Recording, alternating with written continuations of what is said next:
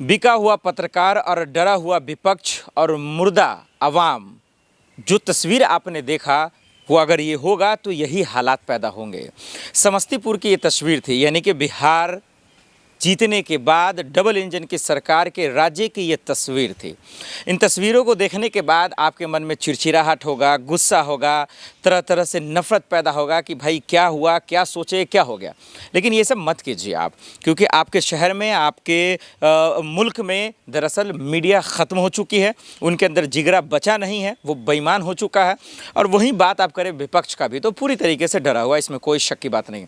और जो सबसे बड़ी अदालत है, जो सबसे बड़ा ताकत है, वो है जनता की अदालत।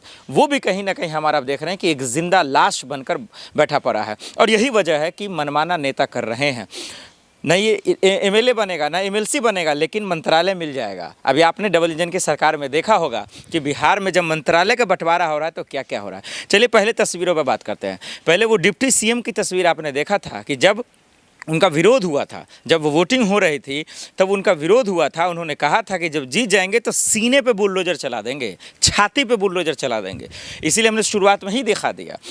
और उसके बाद देखिए बिहार के ही जिले समस्तीपुर में अब बुलडोजर चलना शुरू हो गया। और महिलाओं का चीख आपने देखा, उनकी तकलीफ़ आपने देखा, आपने दर्द भी देखा।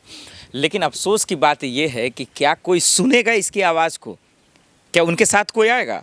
और इसीलिए मैं बार बार कहता हूं कि बिहार की जनता ही नहीं, भारत की जनता एक हो जाइए। ये नेताओं के चक्कर में, मंत्रियों के चक्कर में, पार्टी के चक्कर में मत पड़िए। आप किसी के भीड़ का हिस्सा मत बनिए, नहीं तो ऐसी बुलडोजर चलाया जाएगा और कोई कुछ नहीं बोलेगा। वहाँ पे सब लोग मुंह देख रहे हैं, कौन उसकी आवाज़ उठाएगा? क्या समस्तीपुर में विधायक नहीं है? क्या वहाँ के विधायक मर गए? क्या वहाँ के जो है विपक्ष के नेता नहीं है? क्या वो मर गए? बड़ा बड़ा सवाल है। लेकिन डबल इंजन की सरकार में सवाल पूछना सिर्फ और सिर्फ एक मजाक बन गया। जैसे आज इस मुल्क में पढ़े लिखे युवाओं को लोग मजाक के तौर पे देखते हैं कि भाई तो कुछ किया ही नहीं होगा, ये तो माँ बाप का पैसा बर्बाद किया है, इसी तरीके से देखते हैं। तो अब नीतीश से बोलेंगे आप, या मोदी जी से, या अमित शाह जी, या सम्राट जी से, या विजय सिन्हा से, किससे बोलेंगे? उन्होंने जो बोला वो करके दिखा रहे हैं, क्योंकि मंत्रालय भी उन्हीं के अंदर चला गया। ये जो आप कानून व्यवस्था की जिम्मेदारी है ना, वो भी बीजेपी के पास चला गया है। सम्राट जी बन गए हैं भाई उसके मंत्री। तो अब सबसे बड़ा सवाल है आप किसको बोलेंगे? और ये सिर्फ अभी तो शुरुआत है, आइए देखते रहिएगा। इसीलिए कहा गया था कि कभी भी किसी की भी सरकार हो, चाहे कितना बड़ा ही ताकतवर क्यों ना हो, हार जीत अपनी जगह, लेकिन वोट हमेशा बेरोजगारी जैसे मसलों पर, महंगाई जैसे मसलों पर, अस्पताल, तमाम चीज़ों पे देना चाहिए, ना कि आप जो है जात पात के नाम पर वोट देंगे। और नहीं तो आपको इस तरह की तस्वीरें देखने को मिलेगा। और ये काम युवा ही कर सकते हैं, महिलाएं ही कर सकती हैं, बिहार की जनता ही कर सकती है। और नहीं तो देखिए कितना घटिया तस्वीर है ये, कितना घिनौना है, कितना विचलित करने वाला तस्वीर है। क्या किसी का खून नहीं खौल रहा? क्या किसी को जो है गुस्सा नहीं आ रहा?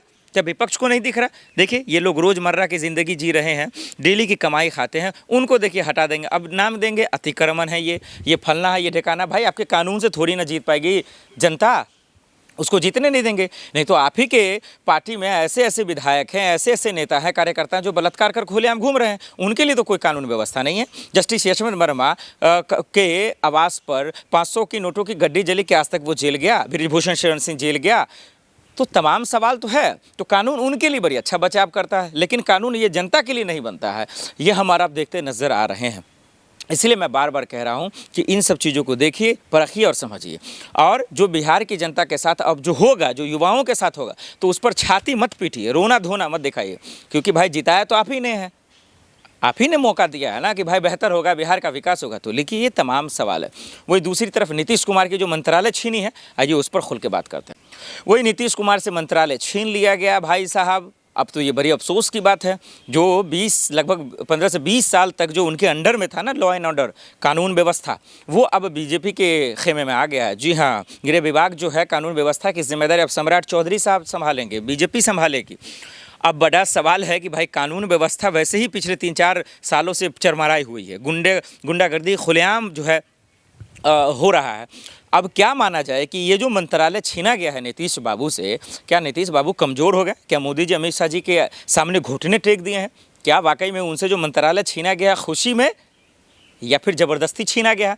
आइए इसको जरा सा हम खोलकर बता रहे हैं। हम जैसे तस्वीर दिखा रहे हैं आपको बिहार की बदहाली की, बदनसीबी की भी कह सकते हैं आप, कि भाई अब जितना अभी गुजरात, जयपुर, राजस्थान, दिल्ली, मुंबई, कलकत्ता जितने लोग जा रहे हैं सब कह रहे हैं भाई भैया हम तो वोट किसी और को दिए थे, हो क्या गया। अब इस पर रोना रो के फ़ायदा तो नहीं है, क्योंकि अब उनको तकलीफ हो रही है, भीड़ हो रहा है, सीट नहीं मिल रहा, टिकट का दिक्कत है, तो अब भाई ये रोएंगे। तो इन लोगों की फितरत हो गई है ये तमाम चीज़ें। जब आप बदलाव करोगे तो वो होगा ही, और विपक्ष इसका फ़ायदा उठा, विपक्ष में इतनी हिम्मत रही नहीं है, ये बात हमने पहले ही कहा, डरा हुआ विपक्ष और मुर्दा आवाम। तो हम सबको ही उठना पड़ेगा, तभी ये तानाशाही सरकार जो बार बार करने की कोशिश करती है वो झुक पाएगी। नहीं तो देखिए नीतीश बाबू झुक गए ना भाई, नीतीश बाबू तो मुख्यमंत्री है, अब नाम के ही मुख्यमंत्री रहेंगे ना। तो आप जब कानून व्यवस्था संभाल रहे थे, जब जंगल राज को ख़त्म करने की कोशिश आपने की, तो फिर इस मंत्रालय को आपने क्यों दे दिया भाई? ये बहुत बड़ा सवाल है। वो भी सम्राट चौधरी को बना दिया आपने, जिन पे खुद के इतने बड़े जो है केस है, उन पर एक से बढ़कर एक जो है आरोप है, और प्रशांत किशोर तो खुल्लम खुला सबूत भी दे रहे हैं। तो ये सब आपको माया नहीं लगता, ये सब तकलीफ़ें नहीं होती है। तो ये बहुत बड़ा दुख की बात है, बहुत तकलीफ़ की बात है, और ये समझने की ज़रूरत है कि आखिर ये हो क्या रहा है। इसीलिए बार बार मैं कह रहा हूँ कि कानून व्यवस्था तो वैसे ही ख़राब था, और अब देखिएगा इसका और हालात क्या होगा। क्योंकि जितना भी देश में एक से बढ़कर एक कानून बने हैं नेताओं को बचाने के लिए, अगर जनता को बचाने के लिए होती तो आज ये तस्वीरें देखने को नहीं मिलता। ये योगी बाबा वाला जो है एक्शन आ गया, योगी बाबा वाला मॉडल अब हमारे बिहार में आना शुरू हो गया, समस्तीपुर में आना हो गया। बुलडोजर चला रहे हैं और लोगों को चुप कराने के लिए, लोगों को डराने के लिए, धमकाने के लिए, विपक्ष को जो है दरअसल नीचा दिखाने के लिए, जनता को कमज़ोर करने के लिए बताएंगे ये अतिक्रमण है, ये कानून का राज है। भाई आप किसी का सड़क थोड़ी ना कब्जा करेंगे। दिल्ली में बीजेपी जीती, उन्होंने भी इसी नाम पर देखे झुग्गी उजाड़ना शुरू हो गया, घर मकान तोड़ना शुरू हो गया।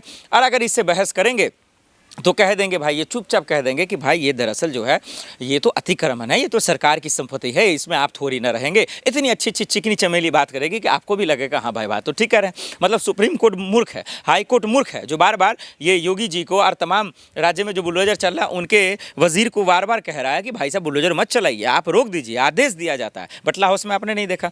तो अब ये सब तमाशा आपको देखने को मिलेगा, इसके जिम्मेदार आप खुद हैं भाई। आपको 5 साल में एक बार ताकत मिलता है इसका, अब इसका भी इस्तेमाल आप नहीं करना जानेंगे तो कोई आपके लिए थोड़ी ना फरिश्ता भगवान बनकर आएगा। अब बिहार में तो कोई ऐसा नेता नहीं है जो भगवान और फरिश्ते के रूप में प्रकट ले लेंगे। तो इस बात को समझिए, नीतीश बाबू या मोदी जी हों या अमित शाह जी हों या फिर डबल इंजन की सरकार हो, सवाल पूछिए। मंत्रालय भी छीन लिया गया, ये भी पूछिए कि क्यों दे दिया गया। उपेंद्र कुशवाहा के बेटे को मंत्रालय में दिया गया जगह, क्यों दिया गया ये भी पूछिएगा कि ना वो एमएलए है ना एमएलसी है, क्यों दे दिया गया आप लोग।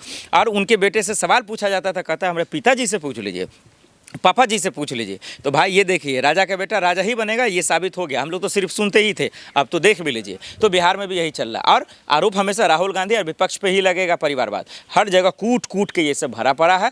बिहार की जनता अब इसी तरीके से परेशान होगी, ये बेबसी के आलम में पिसती रहेगी, और इसका सुनने वाला कोई नहीं रहेगा। ये हमारा समझते नजर आ रहे हैं। नीतीश कुमार जी, थोड़ी सी अगर आपके अंदर ना बिहार की चिंता है, युवाओं की चिंता है, महिलाओं की चिंता है, तो प्लीज़ मंत्रालय को आप वापस ले लीजिए। कानून व्यवस्था को जैसे आप संभाल रहे थे वैसे ही संभालिए, नहीं तो यकीन मानिए कि जो आज बिहार का हाल हो रहा है वैसा ही आने वाले 5 साल में हमको देखने को मिलेगा। और जो बात मैंने शुरू में कहा था वही अंत में कह रहा हूं कि आपको जागना पड़ेगा, नहीं तो बिकी हुई मीडिया, डरा हुआ समाज और मुर्दा जनता जो है ये बेबसी का आलम का जिम्मेदार जरूर वाला व्यक्ति सिर्फ इस पूरे देश का एकमात्र व्यक्ति है। झूठ बोलने में मोदी जी और पलटी मारने में नीतीश कुमार, इन दोनों का कोई मुकाबला नहीं है। देखा था नीतीश कुमार कैसे पैर छू करके अभिवादन कर रहे थे और पूरे बिहार को झुका दिया। एक और जिस बिहारी लोग जो गुजरात में पिट रहे हैं, महाराष्ट्र में पिट रहे हैं, गाली खा रहे हैं, उसी गुजराती के पैर छूने का काम नीतीश कुमार कर रहे हैं कि बस कैसे भी भैया हाथ भी जोड़ लें, पैर भी जोड़ लें, बस मुख्यमंत्री बना दे मुझे।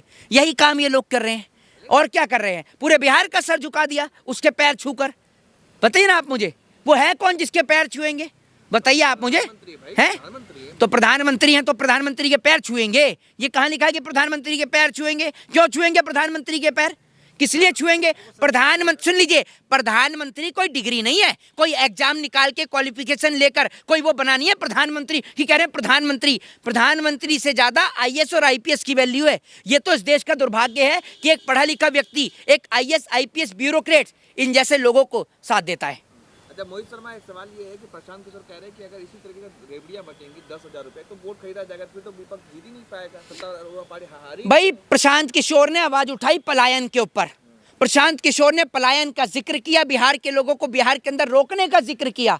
मुझे बड़ा दुख हुआ कि उस व्यक्ति की एक भी सीट नहीं निकली। वो व्यक्ति जिसने अपना करोड़ों रुपया दांव पर लगा दिया, बिहार की जनता के लिए आवाज उठाई, लोगों के लिए लड़ा, वो लोगों के लिए मुद्दों पर लड़ा, शिक्षा के लिए लड़ा। उनके candidate well educate, well qualified उनके कैंडिडेट्स, बिहार की जनता को रास ही नहीं आए। जय हिंद, जय संविधान।